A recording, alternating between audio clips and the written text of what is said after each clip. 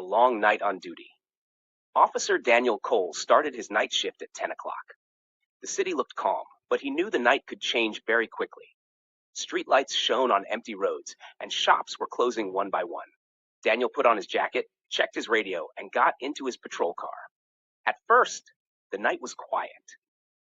Daniel drove slowly through the streets and watched carefully. He saw a few people walking home and some cars passing by. Everything seemed normal, but he stayed alert. Around midnight, the radio suddenly became noisy. "There is a robbery in progress near Central Street," the dispatcher said. Daniel's heart beat faster. He turned on the siren and drove toward the area as fast as he could. When he arrived, he saw a broken shop window. A man was running away with a bag in his hands. "Stop! Police!" Daniel shouted. The man looked back and ran faster. Daniel got out of the car and started chasing him. They ran through dark streets and narrow alleys. The criminal jumped over a fence, but Daniel followed him. His legs were tired, but he did not stop. Suddenly, the man dropped the bag and turned into a small park. Daniel ran after him and used his flashlight. He saw the man trying to hide behind a tree. Daniel moved carefully and caught him. "Don't move," Daniel said firmly. He handcuffed the man and called for help on the radio. Soon, another police car arrived. They took the criminal away and thanked Daniel for his work. Daniel thought the night was almost over, but it was not. An hour later, he received another call. This time, two criminals were stealing a car near the river. Daniel drove quickly to the location. When the criminals saw the police car, they jumped into the car and drove away.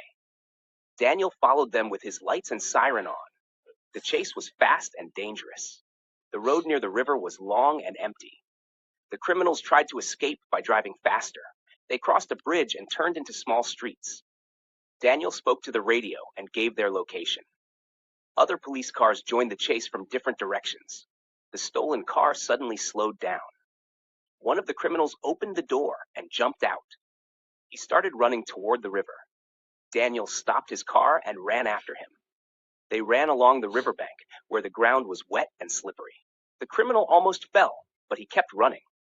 Daniel shouted again, "Stop! Police!" Finally, the man lost his balance and fell to the ground. At the same time, the other criminal tried to drive away again. Another police car blocked the road in front of him. He had no way to escape. He raised his hands and got out of the car slowly. After a few minutes, both criminals were arrested. Daniel took a deep breath and felt the cold night air. The city was quiet again. The long chase was finally over.